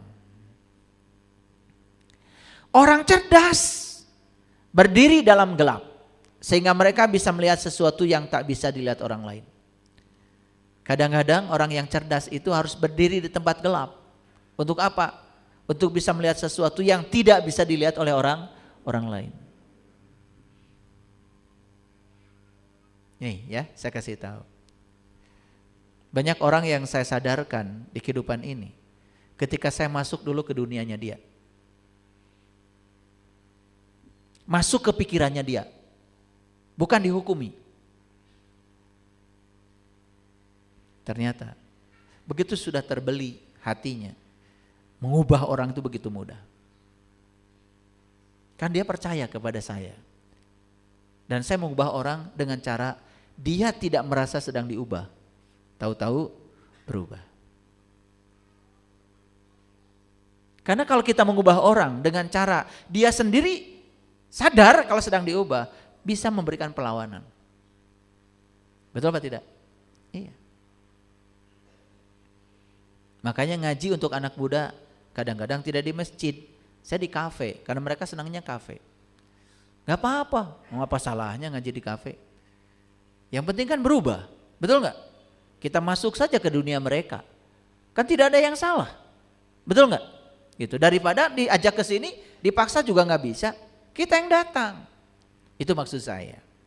Ya. Ketika dilanda kegelapan, beranilah menjadi orang pertama yang menyinari. Nih, saya kasih tahu. Di rumah sedang ada masalah. Semua tidak sadar. Semua marah. Semua kesal. Tambah gelap tuh rumah. Makanya ketika ada kegelapan, coba jadilah orang pertama yang berani menyinari. Satu sinar kecil aja datang dari satu orang, sudah mulai berubah tuh. kemarahan bisa berubah menjadi cinta kasih. Nah, ini saya kasih tahu. Kebanyakan kan nggak begitu. Betul nggak? Ketika ada kegelapan di satu rumah, maka semua ikut gelap. Betul? Semua ikut marah. Semua ikut kesel. Semua melampiaskan kekesalannya. Gak ada yang sadar satupun. Makanya saya kasih tahu sekarang. Bila ada kegelapan dimanapun, coba kita jadi orang pertama yang berani menyalakan cahaya. Tah eta yang dimaksud oleh orang Sunda, nyaangan kanu poekeun teh. Ya, hidup kita akan memiliki nilai kalau kita bisa menerangi orang yang dalam kegelapan. Tak ada yang muncul setelah kegelapan kecuali cahaya. Tak ada yang muncul setelah kesedihan selain kebahagiaan. Karena Nabi Muhammad itu dalam sebuah hadis berbicara seperti ini. Kalau hari ini kamu sedang berlimpah, segalanya ada, hati-hati karena di depanmu ada saat kamu tidak ada. Kalau kamu hari ini sedang tidak ada, berbahagialah katanya. Karena di depanmu ada saat kamu akan ada. Asal kamu menjemputnya. Keren gak pepatah itu? Ya, cuman kita ini ya sadarnya kadang-kadang kalau lagi di sini aja. Makanya di depan saya tidak pakai batas suci. Supaya sadarnya keluar dari sini tetap. Kalau pakai batas suci khawatir. Di sini suci, di sana kotor lagi. Makanya gak pakai batas di sana. Hanya masjid ini saya kira yang tidak pakai batas suci. Gak ada tulisan batas suci. Karena saya berharap sucinya terus, sadarnya terus, di sini dan seterusnya. Ya, kita boleh takut saat melewati kegelapan. Ketika ada penderitaan, ada kesusahan, kadang-kadang di sini ada rasa takut kan? Betul nggak? Iya. Kita boleh takut saat melewati kegelapan. Tetapi kalau kita tidak mau melewatinya, kita tak akan pernah sampai pada cahaya yang kita inginkan. Kalau gitu, kegelapan itu harus dilewati. Betul nggak? Sama seperti tadi cerita sumur bor itu. Betul nggak? Ketika sekian meter ada batu, berhenti. Dapat air nggak? Nggak. Ketika dalam kegelapan kita berhenti, dapat cahaya nggak? Nah, kita ini sering berhenti. Tidak cocok dengan pasangan, sudah stop sampai di sini. Wah, padahal selangkah lagi kamu akan menemukan kebahagiaan. Yang sudah gak apa-apa, gak usah disesali. Ya, coba seperti menggali sumur, terus saja. Sabar, sadar, sabar, sadar. Kenapa? Hukumnya sederhana. Kalau kita tidak bisa menerima yang tidak kita inginkan saat ini, yang tidak diinginkan itu akan datang lagi, datang lagi, datang lagi, dan lagi. Hati-hati ya. Dan kita tidak akan pernah jauh dari situ. Makanya masalah kita kan suka itu-itu saja, betul nggak? Karena setiap ada masalah dihindari, setiap ada masalah dihindari, maka kita akan ketemu dengan masalah yang serupa. Itu pesannya tidak bisa kita tangkap. Oke? Hanya ada dua cara untuk menyebarkan cahaya. Satu, jadi lilin. Dua, jadi cermin. Pilih mana? Jadi lilin atau jadi cermin? Hanya ada dua cara untuk menyebarkan cahaya. Jadi lilin atau jadi cermin. Pilih mana? Ya bagus dua-duanya. Kalau baru bisa jadi cermin gak apa-apa. Cermin itu tidak menyala. Cermin itu tidak terang. Cermin itu hanya memantulkan cahaya. Setiap cahaya datang pada cermin, saking lembutnya permukaan cermin itu dipantulkan. Ada hukumnya kalau di fisika, namanya hukum Snellius. Sudut datang sama dengan sudut pantul. Sinar datang pada cermin akan dipantulkan dengan sudut yang sama dengan sudut pantulnya. Seperti itu. Makanya kita bisa melihat bayangan di cermin. Jadi saking halusnya permukaan cermin, bayangan terbentuk. Tapi cermin bukan sumber cahaya. Cermin itu hanya memantulkan cahaya. Jadi memantulkan cahaya saja udah keren itu. Udah keren. Syukur-syukur jadi sumber cahaya sekaligus juga memantulkan cahaya.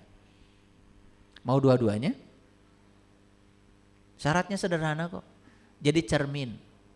Cermin itu bisa memantulkan cahaya karena kelembutannya. Coba pulang ke rumah nanti buktikan omongan saya. Raba tuh permukaan cermin. Lembut sekali. Nah karena kelembutannya dia memantulkan cahaya. Batu bisa memantulkan cahaya. Kenapa? Kasar. Tapi kalau batu dilembutkan, digosok, tuh kayak cincinmu itu, bisa memantulkan cahaya. Betul nggak? Kadang-kadang bapak-bapak ngorok jenggot pakai batu ali aja. Ngorok jenggot. Karena nggak ada cermin. Jadi sesuatu yang kasar bisa menjadi memantulkan kalau sudah jadi lembut. Ini pengumuman dari saya. Sepanjang kalian masih kasar, jadi cermin pun tidak bisa. Tidak bisa memantulkan. Yang kasar itu malah menyerap cahaya. Tahu nggak ciri orang yang masih kasar? Tahu apa tidak? Kalau enggak saya kasih tahu. Orang yang masih kasar itu baperan, tersinggungan, gampang marah. Tak. Coba. Pisau belati setajam apapun kalau digunakan untuk menusuk air, terluka enggak air? Kenapa? Karena lembut. Nih, yang suka masih terluka. Pengumuman tuh, kau masih kasar. Nah kalau masih kasar gimana bisa memantulkan? Yang kasar itu tidak bisa memantulkan. Kasar pikirannya, kasar kata-katanya, kasar perilakunya.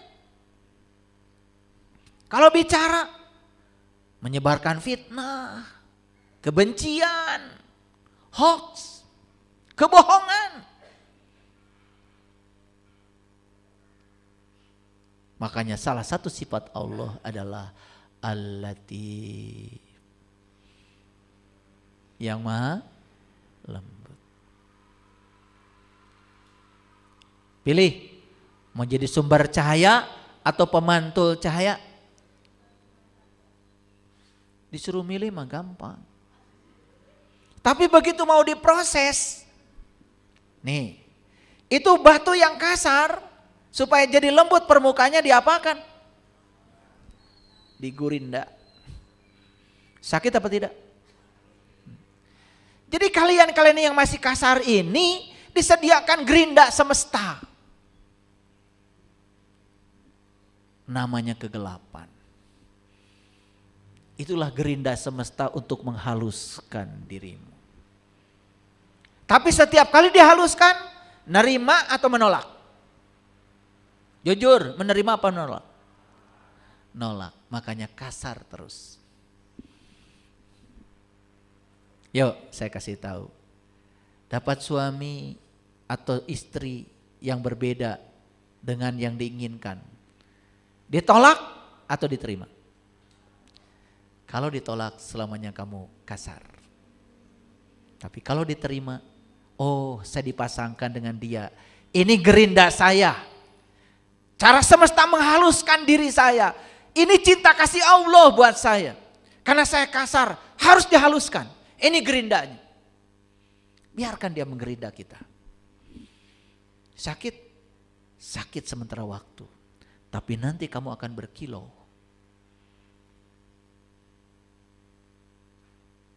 Memantulkan cahaya. Paham ya? Oke. Tuh batu ali tuh. Waktu ahlinya Pak Yos. Kalau masih kasar, bukan sekedar tidak bisa memantulkan cahaya, jelek. Betul gak? Dan gak mungkin itu dikasih emas. Gak ada orang beli cincin, batunya ngambil dari jalan, tempelkan weh. Betul gak? Gak ada. Pasti akan yang mengkilap. Betul gak? Pakai emas, batunya mengkilap. Kalau ketemu orang digini-gini.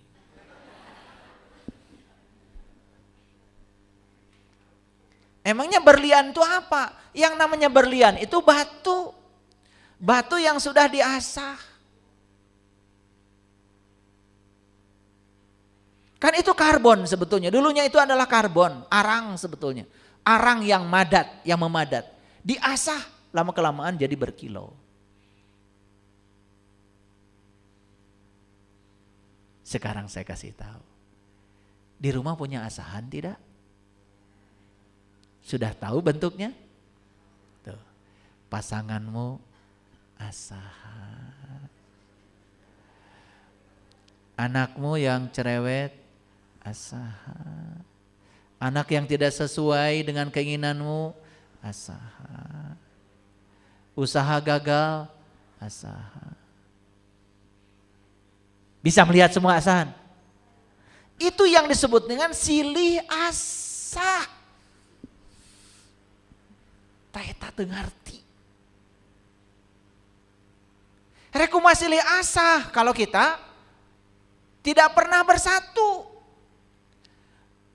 Ini golok ingin tajam, ada asahan. Tidak mau disentuhkan tuh asahan pada golok. Nggak akan tajam.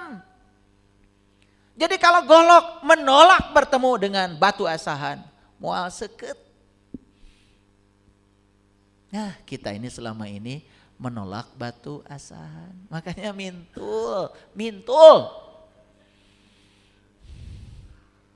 Pengen nyubit saya sama kalian itu. Sebegitu banyak berkah dari semesta untuk mengasah kita, kita tidak mau menerimanya. Kehadiran batu asahan itu, apa yang terjadi? Mintul. Dari dulu gitu-gitu aja hidup. Teu bisa akur. Ya Allah. Rek akur jeung nu salemur kumaha. Nu sakasur wae teu akur. Jangan mimpi menjadi sumber cahaya, sumber cinta. Bohong. Kita harus jadi sumber cinta bagi orang yang terdekat dengan kita dulu. Sok buktikan. Gitu. Pulang dari sini harus berubah. Biar orang di rumah mau ngaji besok ke sini. Ya. Jadi saya pernah menyadarkan orang.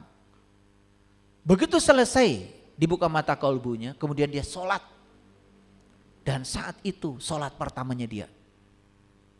Begitu nyampe ke rumahnya, begitu assalamualaikum. Bilang assalamualaikum aja nyampe rumahnya disebut kesurupan. Begitu assalamualaikum buka pintu, Allahu Akbar, sholat itu di pintu, nggak tahu ngadapnya kemana, pokoknya Allahu Akbar, wah langsung ribut, eta kasurupan tentu, goreng ku gorengna digorengkan, alus ku alusna digorengkan, betul apa tidak? Kemudian setelah itu dia mengundang saya ke rumahnya dan saya kasih tahu, keluarganya bilang, diapakan anak saya bisa berubah seperti ini? Saya kasih tahu. Saya hanya menerima dia apa adanya. Orang jahat hari ini masih punya masa depan.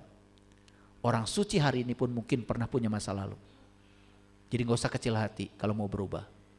Dia mau berubah karena saya menggunakan pendekatan yang lembut. Karena dia berkali-kali datang katanya kepada orang yang disebut dengan guru. Jawabannya sama, kamu tidak akan bisa diampuni Allah, dosamu terlalu banyak katanya. Dikasarin seperti itu ya makin jahat. Saya cuma bilang, Allah itu maha pengampun dan Allah akan mengampuni seburuk apapun kita kalau kita mau berubah. Liyaghfira lakallah ma taqaddama min dambika wa ma ta'akhkhar. Itu. Sekeluarga mau ngaji sama saya. Jadi nggak usah ngajak pakai kata-kata. Yuk kita sekarang ajak pakai perilaku. Sebarkan pikiran positif, sebarkan kata-kata positif. Betul? Nggak usah ngajak, nggak usah. Kata orang Jawa, tidak usah menang dengan cara menghancurkan pihak lain. Kan gitu. Ya, tidak usah menang dengan cara mempermalukan pihak lain. Tidak perlu begitu. Orang bijaksana menangnya dengan cara yang bijaksana. Jadi kesimpulan, mau jadi cermin atau mau jadi lilin? Tadi mau jadi dua-duanya. Betul? Untuk menjadi lilin, untuk menjadi sumber cahaya, kita harus bisa mengakses diri sejati kita yang aslinya adalah cahaya. Dan untuk menjadi cermin, kita harus menghaluskan permukaan kita, haluskan pikiran kita, haluskan kata-kata kita, haluskan tindakan kita. Biar orang merasakan kelembutan kita. Hanya dengan kelembutan semua yang kasar musnah. Sudah mulai terasa sekarang? Kegelapan bisa berevolusi menjadi cahaya? Ya? Yuk, jangan terjebak benar salah, baik buruk, senang tidak senang. Lihat semuanya sedang berproses. Karena alam semesta ini bekerja menurut hukum keseimbangan. Semua hanya sedang bertransformasi dari satu keseimbangan pada keseimbangan baru. Jadi longsor bukan bencana, longsor bukan musibah. Longsor itu hanya tanah sedang mencari tempat seimbangnya untuk dia. Gitu aja kok. Makanya jangan repot. Ya. Gempa bukan bencana, gempa bukan musibah. Gempa itu karena ada energi yang terakumulasi di bumi, dia sedang mencari untuk menyalurkan energinya. Jadi dengan disalurkan energinya, justru jadi bagus. Daripada terus menerus terakumulasi, bisa jadi letupan Gunung Merapi. Nah, kalau kita punya pengetahuan tuh begitu, semuanya menjadi baik-baik saja, semuanya menjadi luas. Ya? Oke. Sesungguhnya para pejuang tidak akan pernah merugi. Tidak mengenal kata henti. Tiap peluhnya akan menjadi mutiara, air matanya akan menjadi cahaya. Yuk, Ibu Bapak, kita ubah keringat kita dengan air mata kita menjadi cahaya. Hari ini air mata, besok harus jadi cahaya. Hari ini keringat, bau, besok harus jadi cahaya. Tahu caranya? Jangan berhenti terus. Coba, kalau saya gali sumur, bukan sumur bor ya, sumur yang digali kayak dulu tuh, zaman dulu. Kira-kira tubuh saya akan kotor enggak kalau gali sumur? Kotor. Terus saya gali, tambah kotor enggak? Tambah kotor. Kapan tubuh saya akan bersih? Kalau sudah sampai pada airnya. Nah, kita ini kadang-kadang belajar kayak gitu. Baru belajar sebentar. Ya kotor dulu. Kotor dulu. Makanya ketika belajar tauhid, yang ada pertama kali adalah keraguan. Makanya jangan ragu. Terus belajar, terus belajar. Kalau berhenti di keraguan itu, pindah lagi, ragu lagi, pindah. Mual beres. Maka di Quran dikatakan, wa allawis taqomu ala thariqat la asqainahu ma'an godako. Siapa yang teguh pendirian dalam satu jalan, dia akan meminum hikmahnya. Jadi kita tidak akan sampai pada air kalau berhenti saat tubuh kotor. Memang berjalan ke dalam itu akan kotor-kotoran dulu. Dihujat orang, diasingkan sama orang. Tenang, tenang. Nanti juga akan sampai pada pusatnya kesadaran. Di situ kita akan memancarkan cahaya bening, suci, bersih, indah, mulia. Baik, sekarang sudah jelas kajian kita hari ini bahwa semua yang gelap pasti berevolusi menjadi cahaya. Paham? Oke, mulai sekarang jangan melawan kegelapan. Yuk kita bermitra. Bermitra. Ya, karena gelap bukan musuhnya cahaya, tapi gelap adalah mitranya cahaya. Orang jahat bukan musuhnya orang baik. Orang jahat justru mitranya orang baik. Kalau bermitra, semua akan berevolusi menjadi cahaya. Terima kasih. Assalamualaikum warahmatullahi wabarakatuh.